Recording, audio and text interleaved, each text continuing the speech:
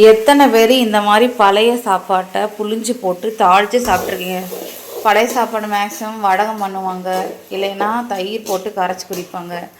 நான் என்ன பண்ணுவேன்னா, அதுவும் எனக்கு திடீர்னு தோணுது என்னென்னா, எங்கள் அம்மா வீட்டிலலாம் இருக்கும்போது பழைய சாப்பாடு மிஞ்சி போயிடும். முடிஞ்ச அளவுக்கு மத்தியானம் சாப்பிட்ருவோம். இல்லைன்னா அது மிச்சமாக இருந்து அடுத்த நாள் சாப்பிட்டாலும் தண்ணி ஊற்றி வைக்கும்போது மழை இது பேஞ்சிச்சு இல்லை கரண்டெல்லாம் போயிடுச்சுன்னா தோணும் இந்த பழைய சாப்பாடு ஏதாவது பண்ணலாமேன்ட்டு. ஏன்னா நைட்டு சமையல் வந்து நான் தான் பண்ணுவேன். ஏன்னா அம்மா பலகார கடை ரொம்ப லேட்டாக தான் வருவாங்க. நான் தான் சமைப்பேன் நைட்டில். சரி என்ன பண்ணலான்னு யோசிக்கும் போது தான் இந்த மாதிரி பழைய சாப்பாட்டை புழிஞ்சு தாளித்து சாப்பிட்லான்னு சொல்லிவிட்டு சாப்பிட்டு பார்த்தோம். அவ்வளோ ஒரு டேஸ்ட்டு. சாப்பாடு என்னென்ன பழைய சாப்பாடு தான் சாப்பிட்றாங்களே, உங்களுக்கு சாப்பாடு கூட வழி இல்லைன்னா கூட சில பேர்லாம் நினைக்கிறதுக்கு கூட தோணியிருக்கும். எங்கள் அப்பா அம்மா என்றைக்குமே சாப்பாட்டு விஷயத்துலேயும் சரி, துணிமணிலையும் சரி எந்த ஒரு குறையும் வச்சது கிடையாது. ஒரு ட்ரெஸ்ஸுக்கு 2 ட்ரெஸ் தான் எடுத்து தருவாங்க. அது இல்லாமல் ஆசைப்பட்டு கேட்குறது எல்லாமே பண்ணாங்க. எனக்கு எப்பயுமே அப்பா வீட்லேயும் சரி, நான் இப்போ கட்டிட்டு வந்த வீட்லேயும் சரி, சாப்பாட்டுக்கு துணிமணிக்கு எந்த ஒரு குறையும் இல்லை, சந்தோஷத்துலேயும் எந்த ஒரு குறையும் இல்லை. திடீர்னு இதை சொல்கிறதுக்கான ரீசன் என்னென்னா, இதை செய்யும்போது என்னோடய பழைய ஞாபகங்கள்லாம் திரும்ப வருது. இந்த மாதிரி நீங்கள் எந்தெந்த டிஷ்ஷு இல்லை ஏதாவது ஒரு விஷயங்கள் செய்யும்போது உங்களோட பழைய நினைவுகளை திரும்பி கொடுக்குற மாதிரி இருக்கும் இல்லைங்களா, அதை வந்து கமெண்ட்டில் சொல்லுங்கள். எனக்கு இந்த ஃபுட்டை செய்யும்போது அதுதான் ஞாபகம் வந்துச்சு. என்னடா செய்யலான்னு நினைக்கும் போது இங்கே கிளைமேட்டு 2-3 நாளாகவே மழையாக இருக்குது கோயம்புத்தூரில்.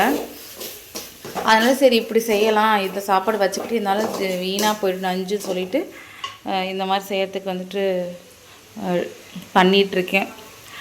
இது அப்படியே நல்லா சுட சுட சாப்பிட்லாம். பழைய சாப்பாட்டுக்கு காரம் கொஞ்சம் அதிகமாக போட்டுக்கோங்க, அப்போ தான் வந்துட்டு நல்லா உரப்பாக இருக்கும். இல்லைனா ரொம்ப சப்புன்னு இருக்கும். நார்மல் வடித்த சாதம்னா நீங்கள் காரம் கம்மியாக போட்டால் போதும். அதுக்கு காலையில் டிஃபன் தான் இது. மத்தியானத்துக்கு வேறு ஏதாவது செய்யலான்னு தான் இருக்கேன். இப்போ காலையில் எழுந்திரிச்சோடனே சுட சுட இது சாப்பிட்றலாம். இன்னும் கொஞ்சம் நேரம் ஆனால் நஞ்சு போயிடுன்னு சொல்லிட்டு அது செய்கிறேன். நீங்களும் ட்ரை பண்ணி பாருங்கள், கண்டிப்பாக ட்ரை பண்ணி பாருங்கள், உங்களுக்கு ரொம்ப ரொம்ப பிடிக்கும். லைட்டாக வாஷ் அடிக்கிற மாதிரி இருந்தால் சாப்பாட்டை சல்லடையில் போட்டு ஒரு 4-5 டைம் வாஷ் பண்ணிவிட்டு போடுங்க. அப்போ உங்களுக்கு அந்த பழைய சாப்பாடோட ஸ்மெல் வந்துட்டு அவ்வளோக்கா வராது. ஓகேங்களா? உங்களுக்கு பிடிச்சிருந்தால் செஞ்சு பார்த்துட்டு கமெண்ட் சொல்லுங்கள். உங்களுக்கு நினைவுபடுத்துகிற விதமாக உங்கள் ஃபேமிலியில் நடந்த ஏதாவது ஒரு விஷயத்தை கமெண்ட் பண்ணுங்கள். நான் அப்புறம் இன்னொரு விஷயத்த சொல்ல மறந்துட்டோம். என்னென்னா, நாங்கள் கரண்ட்டு போன டைமில் அம்மா வந்துட்டு பலகார கடை வச்சுருக்கிற அந்த பேட்ரி லைட் இருக்கும், அதை ஆன் பண்ணி வச்சுட்டு சுற்றியும் ஒட்டுக்கா உட்காந்து சாப்பிடுவோம். என்றைக்குமே வந்துட்டு அம்மா வீட்டில் இந்த ஒரு பழக்கத்தை நான் கடைபிடிச்சது. இப்போயும் இங்கே கல்யாணம் ஆனதுக்கப்புறம் கடைபிடிக்கிறது என்னென்னா, எவ்வளோ நேரம் ஆனாலும் சரி வெயிட் பண்ணி எல்லோரும் வந்ததுக்கப்புறம் ஒட்டுக்கா உட்காந்து தான் சாப்பிடுவோம். அந்த நைட் டைம் மட்டும். பகலில் எல்லாம் ஒர்க்கு ஆளுக்கு ஒரு டைமுன்றதுனால ஓடிடுவாங்க. அந்த நைட் டைம் மட்டும் எவ்வளோ நேரம் ஆனாலுமே வெயிட் பண்ணுவோம். அம்மா வரத்துக்கு 8 மணி ஆகலாம், இல்லை பலகாரம் முடிஞ்சு 9 மணி கூட ஆகலாம்.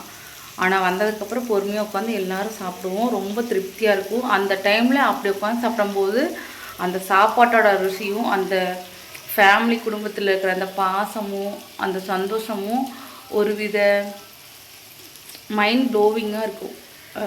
செம்மையாக இருக்கும். நீங்கள் அதை ட்ரை பண்ணி பாருங்களேன். அது கரண்ட்டு போன டைமில் ஃபேமிலியோடு உட்காந்து ஃபன் பண்ணி பேசிக்கிட்டு சாப்பிட்றது, அது ஒரு சுகம், அது ஒரு அனுபவம். மறுபடியும் திரும்ப கிடைக்குமானா கிடைக்கணும்னு நான் கடவுளை வேண்டிக்கிறேன். நீங்களும் வேண்டிக்கோங்க. ஃபைனலாக இந்த ஒரு சாப்பாடு இப்படி தான் கொஞ்சம் கொலன்னு நல்லாயிருக்கும். சுட சுட சாப்பிட்ருங்க, அதுதான் ரொம்ப மெயின். ஆறிடுச்சுன்னா நல்லா இருக்காது. இது ஏன் குட்டி தங்கத்தோட பிளேட்டு, அது ஏன் பெரிய தங்கத்தோட பிளேட்டு? அப்பளம் தான் பெருசாக தெரியுது, சாப்பாடு கம்மியாக தெரியுது. மை பிளேட்டிங் டெக்கரேஷன் எப்படி பண்ண போகிறோம் தெரியுங்களா? அப்பளத்தை இப்படி வச்சு சாப்பாட்டை இதுக்கு உள்ள வச்சு சைடிஸ்க்கு இன்னொரு அப்பளத்தை வச்சுக்குவேன். இப்படி தான் இருக்குது மை பிளேட்டிங். எப்படி இருக்குது? சூப்பராக இருக்குங்களா? சாப்பிடவும் அதே மாதிரி தான் சூப்பராக இருக்குது. பாய். நெக்ஸ்ட் வீடியோவில் பார்க்கலாம். மறக்காமல் சப்ஸ்கிரைப் பண்ணிக்கோங்க, பெல் பட்டனை கிளிக் பண்ணி வச்சுக்கோங்க. அப்போ தான் என்னோடய வீடியோஸ்லாம் உங்களுக்கு அடுத்தடுத்து நோட்டிஃபிகேஷனாக வரும்.